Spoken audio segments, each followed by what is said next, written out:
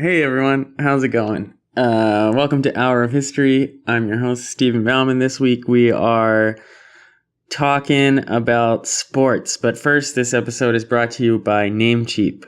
Namecheap has domain names starting at 88 cents. All you have to do is head over to hourofhistory.com/Namecheap to register your domain name today.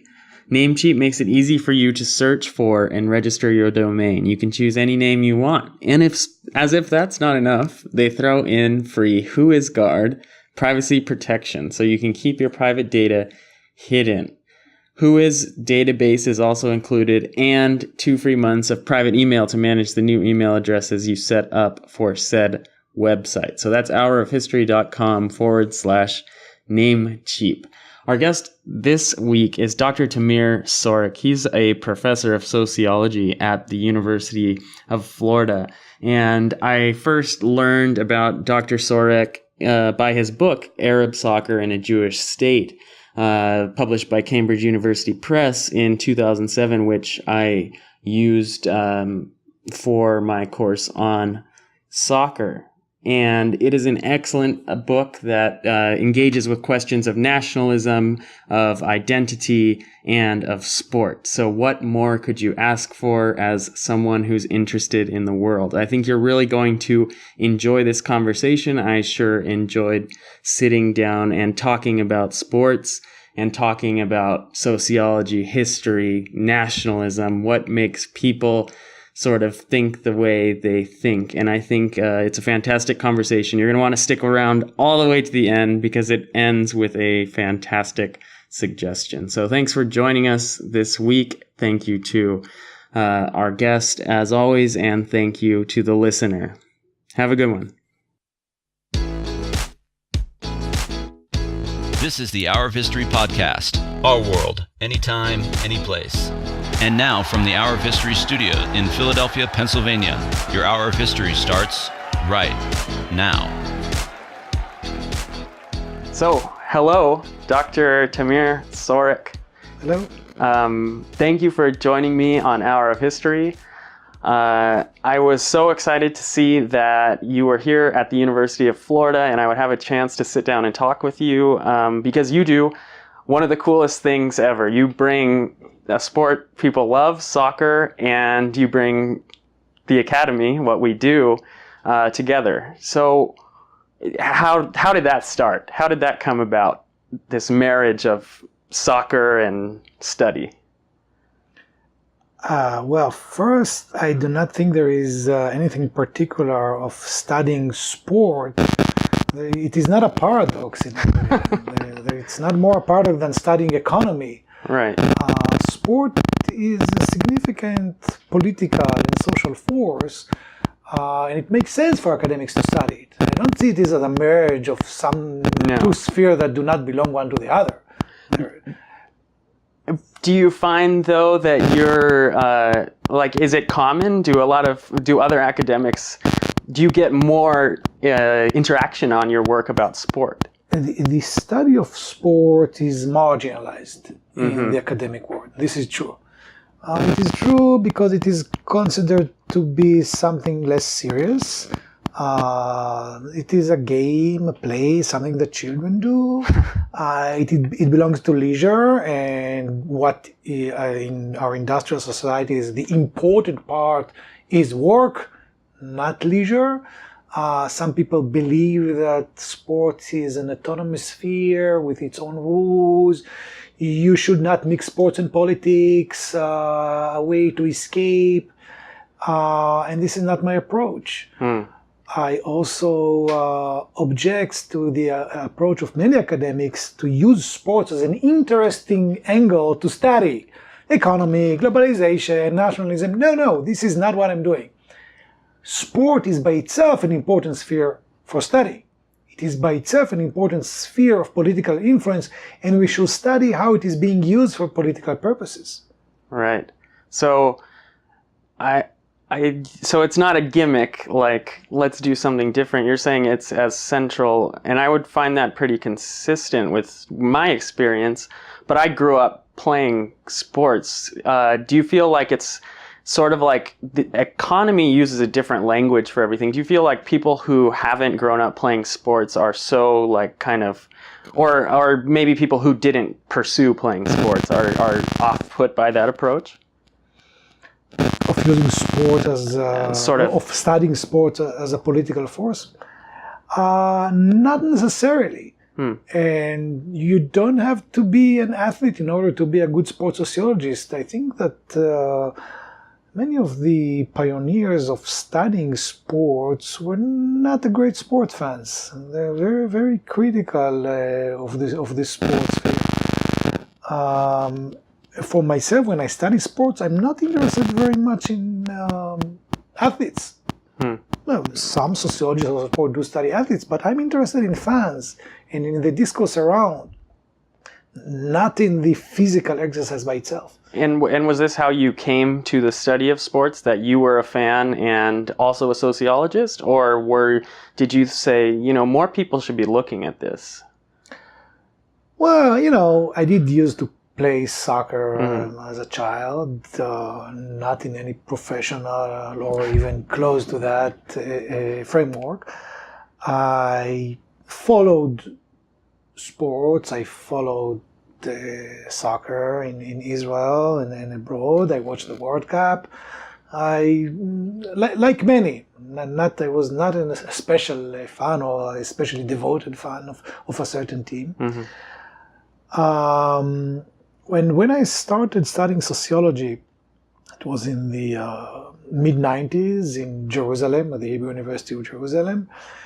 And as you might know, in the mid-90s, it was the beginning of being confronted with the phenomenon of suicide bombing. Yeah. Especially if you lived in Jerusalem at the time. And when I started my PhD in sociology, I wanted to study this phenomenon. This was something that I really wanted to study. And I even started my PhD in this direction. And after 3 months, I felt that there is no real field work to make or interviewing the people who are involved. And I think it's very extremely important. I didn't want to write something that is based on speculations. Some people like this kind of work, of making a library work, but this is not my approach. So I think, okay, it is a very interesting topic. I took a step back. Many people continued in this field and became big stars after 9/11, especially. Yeah.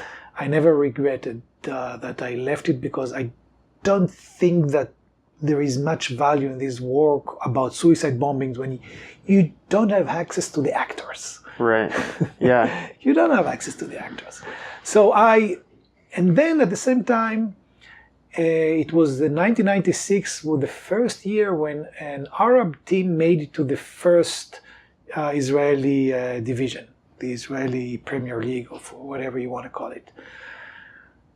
And it attracted the attention of the media, obviously, and I was also interested in the phenomenon. And I asked myself, as a sociologist, what does it represent? Do we see here the iceberg of a wider phenomenon? So I just took the list of all the Israeli leagues. The Israel is like in Europe, when it's a hierarchy of leagues. If you make it, you are first or the second in the league, you are promoted to the upper division and so forth. Mm-hmm.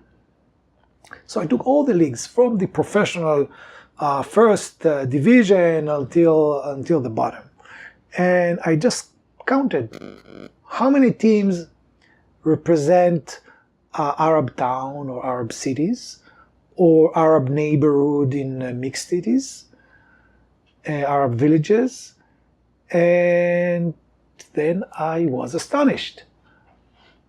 About 17% of Israeli citizens are Arabs. Okay. 42% of the teams were Arab teams. Wow. What does it mean? And when you say Arab team, does that mean 99% of the team is? Does that mean like how many at the starting 11 are Arab, or how are the teams divided up? By the locality they represent, not by the demography of the players, which Okay. I didn't have access to the demography of all teams, but I saw the name of the team. If it represented an Arab town or village, if it represented an Arab neighborhood in a mixed town, and for 99.5% of the teams, it was very easy to say if it represents an Arab locality. Very easy. When there were particular cases of something that was unclear, I made an investigation to learn more about the team, but it was very easy to identify. And how many teams are total are you looking at, like over? Several hundred of teams. And so 42% of the teams are Arab teams. This is an extreme over proportion. Right. And then there was already some history of since the late 70s of presence of Arab players in the Israeli national team. So I thought about this phenomenon, and I was curious. What does it mean? Why do we have this overrepresentation? What is the meaning of presence of an Arab player in the Israeli national team and an Arab team in the Israeli first division? What are the implications of that on the sense of identity of Arab fans? Does it nurture their sense of national pride as Arabs or Palestinians? Does it make them feel more Israelis? There are many questions to be asked in a country where the national ethos is inherently contradicts the Palestinian national ethos, where the country is basically built as a nation state over the ruin of the Palestinian society that lived there previously, where Arabs are discriminated against by the state as Arab citizens in a Jewish state. And suddenly they represent this same state internationally. Suddenly they play in the Israeli national division and Jewish fans see them every week. What are the political implications of that? So I started my journey. Yeah, that is just, my mind's just racing right now. And I imagine when you started on this project and you've written a fantastic book on this project, and you can go to hourofhistory.com/Rex, RECKS, and we'll link to that. But in my mind, I'm just thinking of this, and I'm thinking of all these comparisons, and I know we can't do that because, well, at least initially, because you're studying something very specific, right? But I guess the natural inclination in my mind is I'm thinking Celtic and Rangers and Scotland and Scottish identity, and I'm thinking American basketball and African American representation on teams, and my mind is right. So you stayed focused, presumably, on this topic without going too far afield. Is Israel a good sort of like launch point for this discussion on a broader scale, or do you sort of urge people to stay focused on what you wrote about? I mean, I'm a sociologist and I'm interested in broader sociological themes. So I'm trying to make broader statements with the required carefulness, because every context has its own particular characteristic and we have to study it. I recently studied with my colleague Robert White football fandom in America and national pride, and we compared it between white Americans and black Americans. And this work was inspired by my previous work in Israel. I wanted to see if we can find similar dynamics here. So despite Israel sort of having a unique history to a certain extent, it still sort of set foundations for work that you can build on, or you continue to build on. In a broader statement, in the social sciences, in the humanities, our work is based to a large extent on some assumption of shared human experience. Things are not identical in different contexts, but they share the same, a very, very basic human experience that you can carry from one context to the other. Great.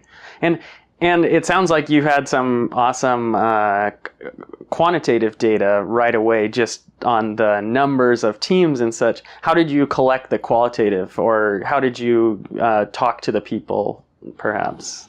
I went to many soccer games. I attended the games. I created contacts with fans.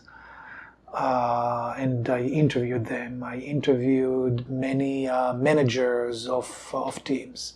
I interviewed many mayors, because the mayors are in the Arab localities. They are responsible for the success because they fund the teams. So I wanted to understand the motivations of the mayors to support the soccer teams. I interviewed journalists, those who are responsible. They have the role of shaping the consciousness of people by how they present the team, how they the discourse they produce around the teams. So it was a diverse. Yeah, it sounds like an absolutely fantastic project.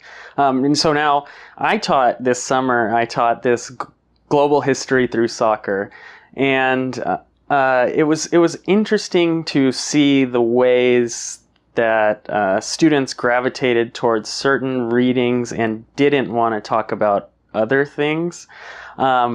They seemed very hesitant about talking about race and sport. And that was something I was putting a little on the forefront, because especially with the example of World Cup 2018 and sort of all the way to the comment Trevor Noah made about Africa winning the World Cup. But the students were very hesitant. It was a short 6-week course. That might have been the reason. It was also online. So just all kinds of interesting dynamics. But I'm curious, have you seen these sort of things amplified more recently than when you started in the 1990s? Are there more stark divisions, or what have you seen as far as changes? I'm not sure about, when you say things, what are you talking about? Which context, which things? I'm not sure. As far as the way people talk about, say, race in sport, or representation on national teams, I guess, is a good example. Okay, there are several issues here. First, if you, particularly in Israel, the number of Arab players in the Israeli national team is still increasing. It was more than when I just started working on it. On the other hand, the tension between the state and the Arab citizen is increasing. So seemingly there are here contradicting tendencies. So I'm interested in following this contradiction. But so this is one issue. Yeah. But another development that I've noticed in the US, and not only me, is the politicization of athletes. Because until very recently, professional athletes, especially if they make lots of money, avoided making political statements. You know, the famous example of the 1968 Olympic Games is an exception. It did not start a movement of athletes who became politically active. The opposite is true. The model has been Michael Jordan, the seemingly apolitical athlete. I say seemingly because it is extremely political. It just it confirms and reproduces the hegemonic political tendencies. Okay. So, but political of protest by athletes is something rare. Something happened in recent years with this movement of professional NFL players who decided to make statements. And it is, as a sociologist of sport, I could have not predicted it. I did not think that it would happen. I thought that the disciplinary power of capital is so strong that they will remain silent forever. I was wrong, and I think there are some serious studies that should be done to understand that. I don't think that we have enough empirical work that really try to understand what exactly is happening here. because in the teams and the sort of Arab soccer players in Israel that you look at, you sort of meant the game is a unifying force, right? Or a force that doesn't create more political tension. Is that correct? I'm not sure that unifying is the right word. It has a strong depoliticizing Deep force. In contrast. I will go back in history with your permission in order to understand what's going on here. We appreciate it, hour of history. Okay. In the 1940s, there were two parallel sports movements in Palestine. The Zionist, that was stronger and more developed, and the more recently emerging Arab-Palestinian national movement. Both of them were sport movement. Both of them were part of their respective national movements. Mm-hmm. There was a strong national tendency among both of them. Both of them were seen by their creators as part of a national project. The Palestinian sport infrastructure in 1948 and 49 was completely dismantled and destroyed because the urban elite were expelled, fled, did not stay. Most of the sport was concentrated in the cities. Almost nothing left after 1948. The sports among Arab citizens of Israel was recovered with the supervision of the state. It was monitored by the state, and it was, at a certain point, it was even encouraged by the state, as long as it was contained under the military rule in Israel that started since 1948 until 1966, and most Arab citizens were under military rule.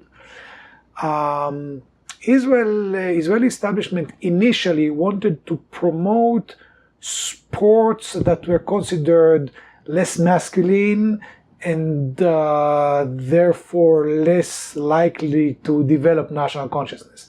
They didn't want soccer, they didn't want boxing.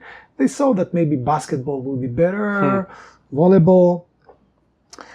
But I think they understood that they cannot fight the popularity of soccer. Arab young men wanted to play soccer. So what they did, they shut down any independent initiative when there were teams unrelated to the Israeli Football Association.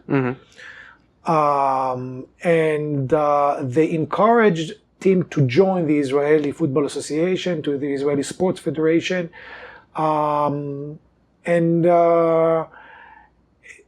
They tried successfully, I'm saying, to create certain cognitive connection between the state, modernity, and sports.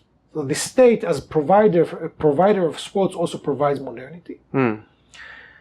And Arab young men who wanted to play sports had their own motivation. Think about the opportunity to beat Jewish men in a physical competition, but without the risk of creating an underground in the state. So they had their own motivation, especially think about Arab masculinity, the heat of self-image of these men were defeated in the war. Not only they were defeated in the war, many of them lost their land.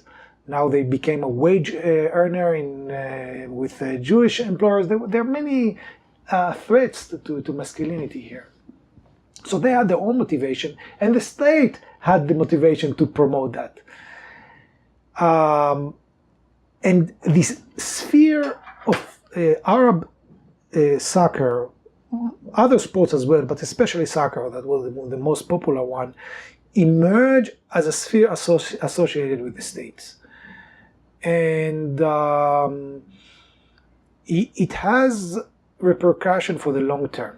until the surveys I made in 1999 and 2000, you find a certain correlation between attending the soccer stadium and accepting the political status quo.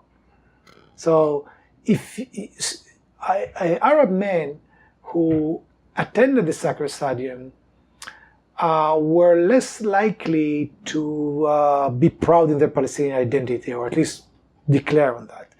And in a certain survey that I made in Sakhnin, I found that they were more likely to vote for a Zionist candidate in the 1999 election. So there is some association between involvement in the field of sport and accepting the political status quo. It might be related to the fact that sports create certain optimistic worldview. That it creates the illusion, I would say, that structural restrictions can be overcome. And it is possible. It creates the illusion that equality is possible. By the way, sport fans tend to be more optimistic than other people. In general? Or are you saying... I analyzed a survey that was just a week before the invasion of US to Iraq. And people were asked several questions there. And luckily, in the same survey, there was also a question about sports that it was ordered by different agency, but it was in the same data set. So I could distinguish between those who define themselves as sports fans and other people. Right. So these were the questions that was interesting. People were asked, how likely you think is that the Allies will win the war? How likely do you think that the war will be, how long do you think the war will be? How many casualties do you think the Allies will suffer? Mm-hmm.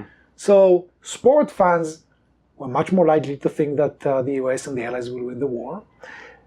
They much more likely thought that it will take less than 1 year, and much more likely to think that the US will have less than 1,000 casualties. So what we know today, that not only that sport fans were more optimistic, speak about American sports fans, okay? Right. American sports fans were more optimistic, they were also less realistic. Right. That's very, this is all very interesting to me. I was a teacher in Brooklyn. I taught in a high school, and the high school was well known in Brooklyn. Not a lot of high schools in New York have, but it had a great football team. So there was a great optimism among the students who were on the football team that they could get to college because it was an economically disadvantaged area, and so that was like a way out, the football team, and so, or perceived at least, and there was certainly optimism surrounded by that, and maybe 1 or 2 students would make it to a 4-year university and be able to play football per year. The numbers were incredibly small, but sort of what you were saying about like the idea that you can overcome these structural boundaries, that was certainly present in that situation. Yeah, and you asked me about changes in the field. When I made this ethnography in the field in the late 90s and beginning of 2000s, and I also came back to soccer games several times after I finished my field work. I've never seen, even once, a Palestinian flag in the field. And think about it, this is a national minority. This is the opportunity to raise the flag which they consider to be their own. That must be illegal though, right? No. No, it's not. Since 1993, it's not illegal. The flag was raised in the official meetings of Israeli and Palestinian representatives. So right. So it cannot be illegal. It's a legal symbol. Not only that it's not illegal, they do raise it in other places in the national commemoration. Massively. Yeah. But I've never seen it in the soccer stadium. And the reason is that for the Arab fans, this is an opportunity to get acceptance by Jewish Israeli citizens they aspire for integration, so they create the sphere as integrative. They do not bring the flag because they know that this in this unspoken contract between Jews and Arabs, this is a symbol of protest. Okay, they didn't want to do it. They use lots of Hebrew in their when they curse the referee. They use it do it in Hebrew even if the referee is Arab. Now, things have changed since then, over the past decade. Mm-hmm.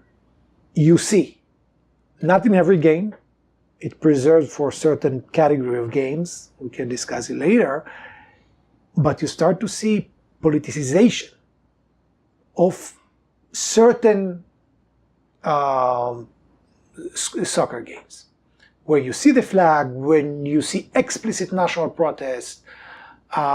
This is something that did not happen when I made my study because political circumstances changed. Yeah, and FIFA, a benevolent organization, that's been written about for its corruption extensively, continues to push this line that football is not political, that political symbols are banned. What is your take on that sort of like line that FIFA tries to promote soccer as an apolitical space? Yeah, for sports sociologists, this is funny. FIFA is organized by the national units. Nationalism is political because the symbol, the flags of every country is a reflection of power struggle within this country.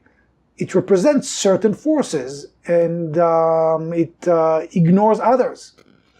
So it is political by definition. It has to be, yeah. I just think it's interesting that they're sticking to that definition, and then you have this tournament of, like you said, nations. And so going back a couple years ago when Celtic played the team from Israel, I think it was my pronunciation is not good. Hapoel Sheva. Sheva, right. The Celtic fans all brought Palestinian flags and got fined by UEFA for having a political symbol. What did you make of that sort of thing, both for the players who are representing an Israeli side internationally, and for the supporters of Celtic doing something like that?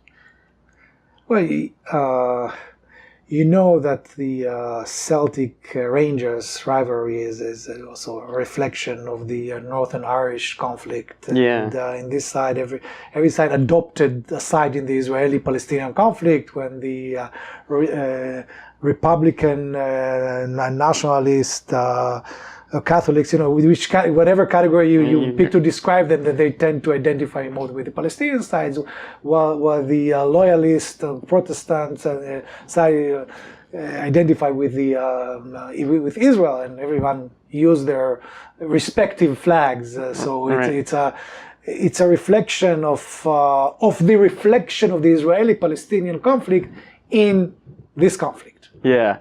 Over there. When they bring it there, they remind Israelis that in their country there are also other people who do not identify with their flag but with another flag, which is a political statement. Yeah. But sometimes people call something political when the political statements contradict the status quo. When you adopt the status quo, it's not political. Raising an Israeli flag is adopting the status quo. So it's not political. Right.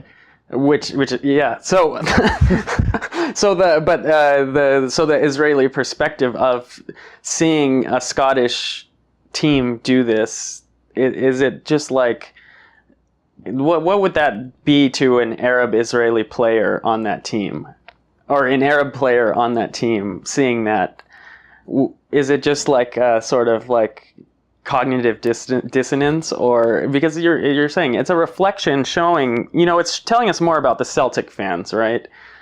So is there any connection? Would a statement like that have any effect? There are many, there are different approaches among Arab players, but most of them would prefer to put aside the national issue because it interferes with their professional aspirations. They're happy to be in the Israeli national team. They know that now they have international visibility. They can be seen by major European teams maybe. It interferes with their aspiration to focus on their professional work. So I think that most Arab soccer players in the Israeli national team will prefer not to get in all of these flag debates, because exactly what you're asking, Israeli journalists are asking them, okay, what do you think about it? And then they're in trouble. Like, whatever they will say, they will annoy someone, and they will create, they will attract the attention of everyone. Yeah, it puts them in a very uncomfortable spot.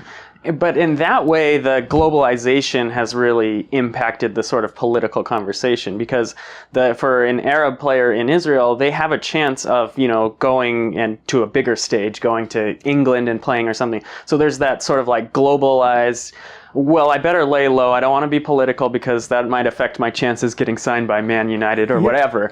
Whereas American football and American basketball don't really have that globalization of sport. A player who's impacted by the flag protests, it's not going to impact his chances of being signed by a European team. It'll impact his chance, maybe now we're seeing, of being signed in the NFL. Okay, but this is because this is the NFL is the place to play football. Right. The Israeli league is not the place to play football. So there's nothing to break out of really from the NFL. There is nowhere to break. You are in the NFL. You want to continue your career in the NFL. Right. Yeah, that makes sense. I can. So so the NFL, there's nothing really to break out of. So do you think that would make players more bold? Because they haven't done any sort of visible protests really until the last few years, right? Yeah, this is why I was surprised when it started in such a magnitude, and I'm extremely curious to see what will happen in the next season. Yeah, because it can go. There might be a backlash to the decision of the NFL administration, right, to fight against it. I don't know. And they might surrender. I would like to follow what is happening. I have no idea. So would you say that this sort of like this controversy that's happening right now is unprecedented in sort of sports? In its magnitude, it is. There were several anecdotal political elements in the history of American sports. From Jack Johnson, the boxer, the African-American boxer, who was defiant and in a way a political figure, to the 68 Olympic Games, and obviously the most famous example maybe of Muhammad Ali, who used his status as a sports star for making very bold political statements. But how many boxers followed Muhammad Ali? Can you mention a name? No. But what happened in recent years? This is a series of players following one another and spreading, and for a long period of time. I think this is something unique. That it was so many players in many different teams and for a prolonged period of time. I don't remember something like that.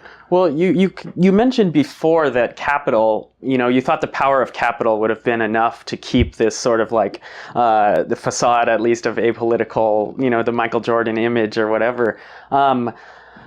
But there's something that sort of superseded that now, maybe, is social media and fame. Like they're already rich, or they have a lot of money now, but there's this additional, like, you could have your face on everything too, and I guess you could say Michael Jordan had the same sort of thing, but it's sort of amplified. Do you think social media or this elevation of the personality to like this God status that we have Do you think that's making an impact on these protests? If the social media made an impact, very likely that it did. Mm-hmm. Because it created a more seemingly intimate relations between the stars and their fans. You know, they have their Facebook, Twitter accounts, and they communicate with them, and they can get also the reaction. So now, why am I saying that? Because in the study that I mentioned earlier that I made with Robert about fans, it turned out that unlike the Arab fans in Israel, black football fans were less likely to be proud in their American identity than black who are not football fans. Less likely. Among white fans, it was the opposite. If you are a football fan and you are white, you are more likely to be proud in being American. Very interesting. Okay. Now, what might be the reason here is that for the black fans, the black success in football is a form of collective pride. It represents collective pride of black prowess, of black success.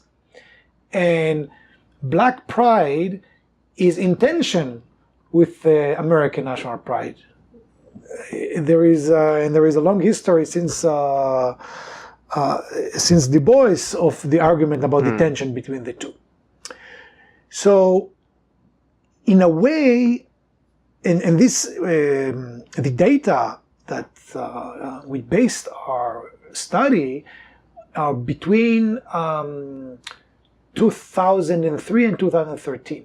So before this wave of protest. Yeah.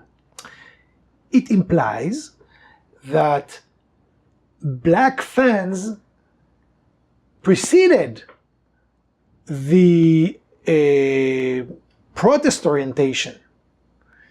They adopted this political approach before the athletes. So it is possible that social media created a sphere where the fans pushed the athletes to political action. This is a speculation that I suggest here. Right. Very interesting. What also, though, so I'm thinking again in comparative sense, I don't know if that's beneficial or what, but there's no collective identity for football because the U.S. doesn't go to compete against, say, Mexico, where in soccer, it doesn't matter if you're Mexican American or, Anglo-American, whatever. My words are not very precise, but you would end up representing the United States, and that's been the case. Jose Altidore is Haitian American and representing the United States because there is a collective at the end of the day. What impact does that make on the football, not having a collective to sort of, would that change black perspectives, or would you find something different with black fans of, say, soccer in the United States? Well, there aren't many. Right. For a particular reason, the soccer in the United States is a white upper class game. Right. In order to play soccer in the US, you need your parents to bring you to the field in the car, and you need the equipment. And it's not like soccer is played in Brazil in the streets. Right. But here you don't play soccer in the streets. You play basketball in the streets, not soccer. Well, we can use basketball. Basketball with the national teams, right? Yeah, so soccer in the U.S. is different. Something so different that I don't think it's a good useful beginning right. Okay. to start. But yeah, let's start with basketball. So, but that also kind of it might throw the numbers out of whack a little bit, just because of the sheer number of black players versus white players. I don't know. Interestingly, the phenomenon that I described earlier, the statistical finding, applied to football, but not to basketball. Not to basketball. Huh. Yeah. Because basketball has that collective representation, although it seems to be weakening in recent years. You know, players had getting injuries just before the Olympics and things of that sense. I wonder if we'll see changes, because in the early 90s, American basketball was a huge point of, you know, national pride. With the And interestingly, in the 1968 protest, none of those who joined the protest were in the basketball team. The basketball players were very reserved about the protest. Interesting. Again, and why am I talking about the capital here? Because I think basketball players knew that they have a chance to make lots of money. The track and field at the time did not have much potential for financial success later. It might be related to that. Interesting. It is a little bit like in Arabs among Arabs in Israel.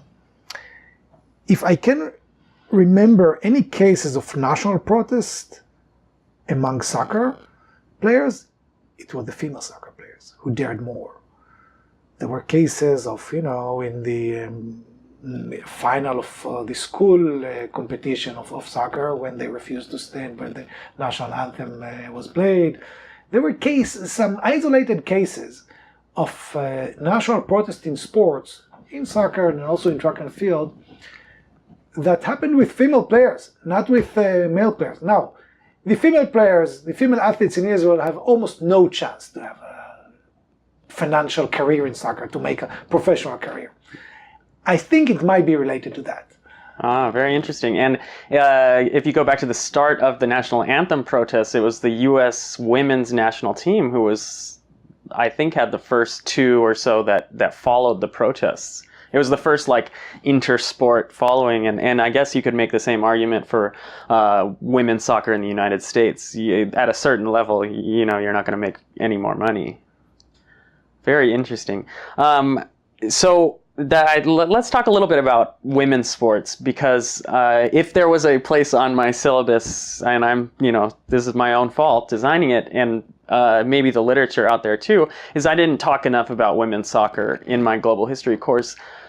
Even though there's a long history of women's soccer, it's not as tied to economic globalization like was sort of the theme of the course. The growth of it hasn't followed the same pattern. Do you think that's a sort of fruitful area that not enough scholars have looked into? Well, there is in recent years there is so much about women's sport. It is being studied. There is some gap between what academics do and what is popularly considered as important. When in my class, I ask students, how well is the United States is doing in international soccer? Are they good? And everyone said no, not good. They never made it to the final. They never made it. Yeah, it's true. They never made it to the. No, it's not true. They never made it to the final. Right. No, because you're talking about male sport. Right. Women's soccer in the U.S. are one of the most successful. Global, teams global. So there is this self-evidency that the sport is male sport, right? And it is reflected obviously in money and in following,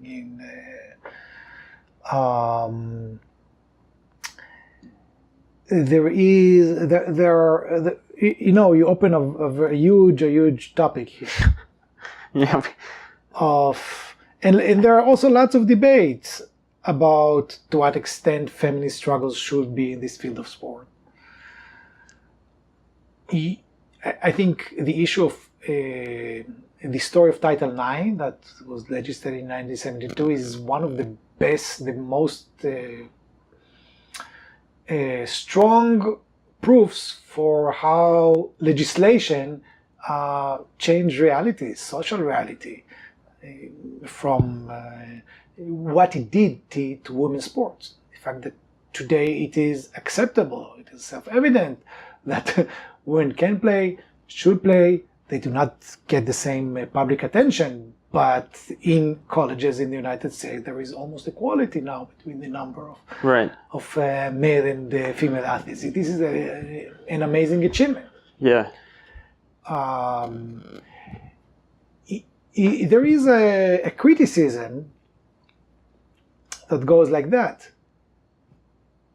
Sports is a field that glorifies speed and power, and winning through being stronger and faster. Now, biologically, men on the average are significantly faster and stronger.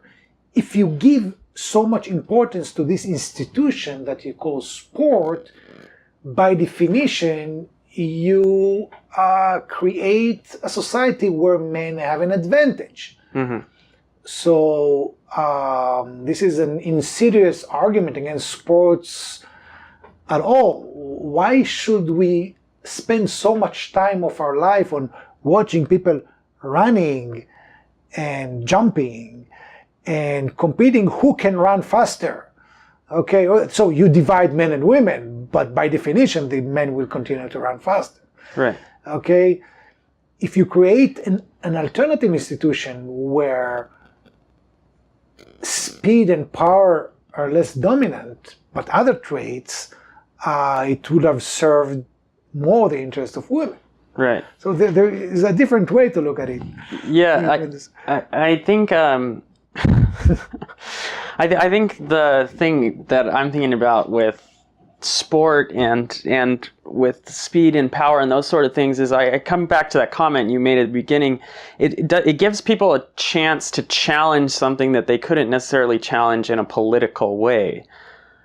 You know, if you're measuring speed and you know, whether it's Jesse Owens at the Olympics, you know, racing against Hitler's Aryan ideal, right?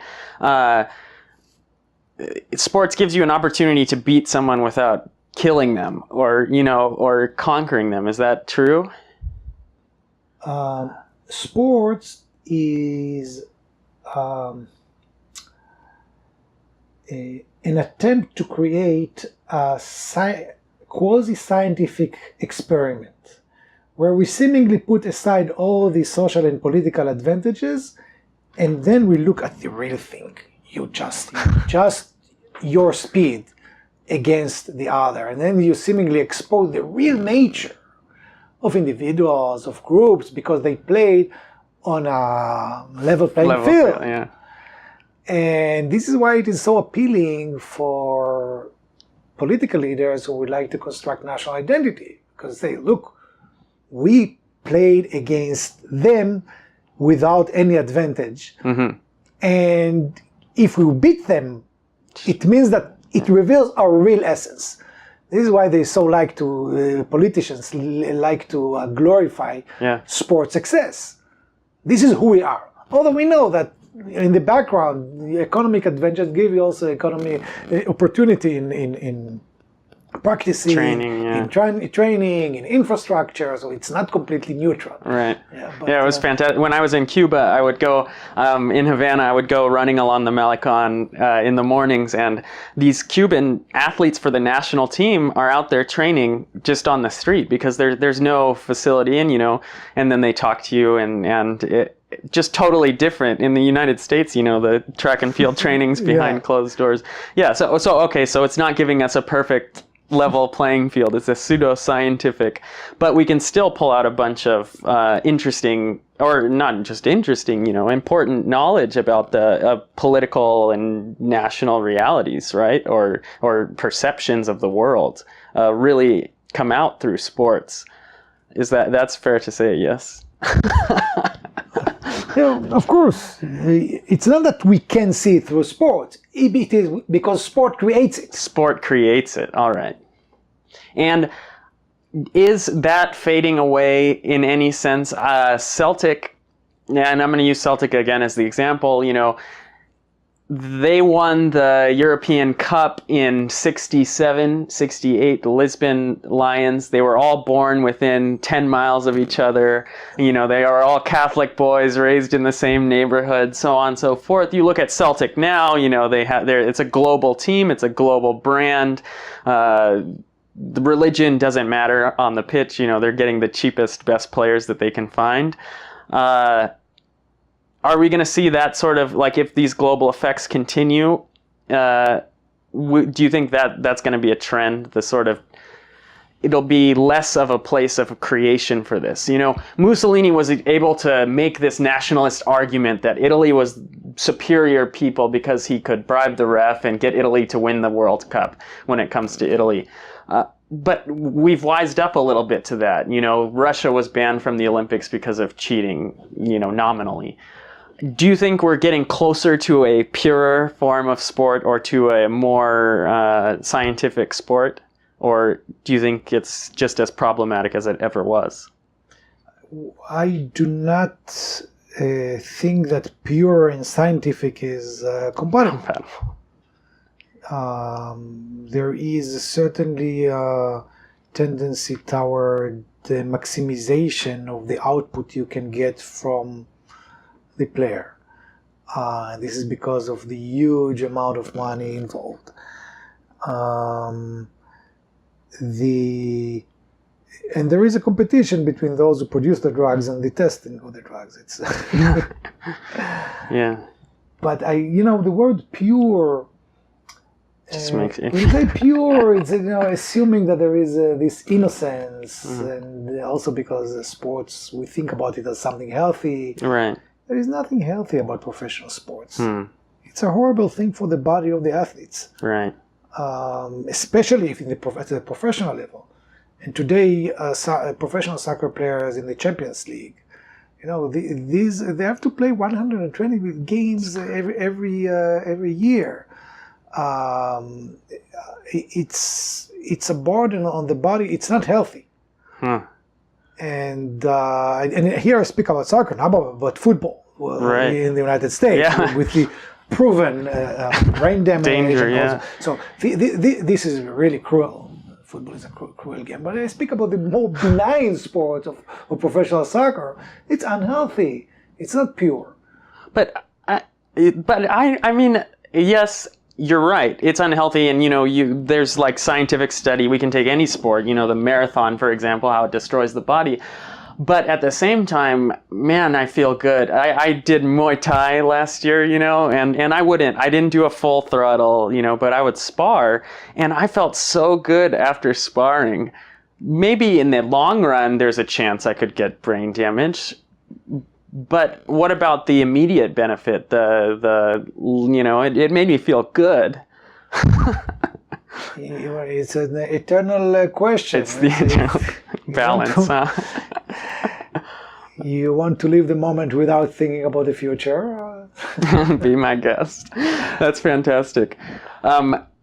That's something that you don't hear every day. Man, this hour has flown by. All right, so something we typically do at the end of Hour of History is give one recommendation. I am going to jump ahead because it's in line with what we've been talking about, and I don't typically do this. I normally let the guest go first, but I just have to get it off my chest.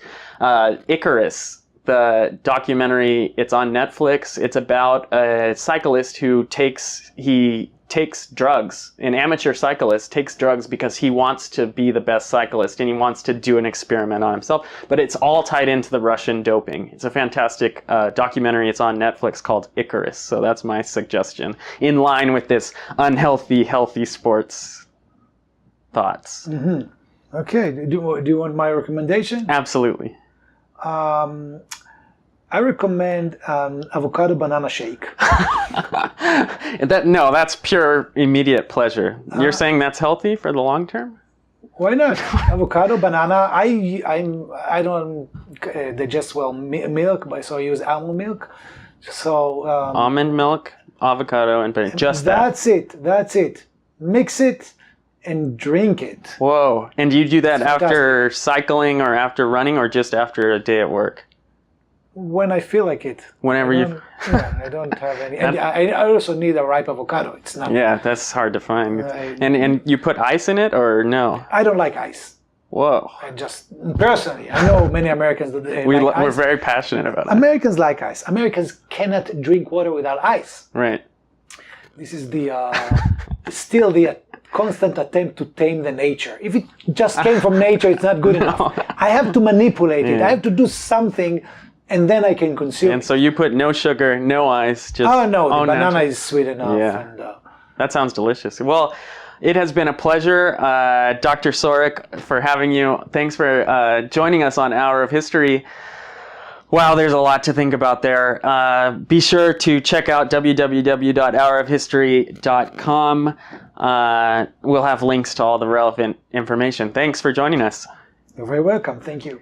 And thanks for listening on Hour of History. It's our world, anytime, any place. Have a good one.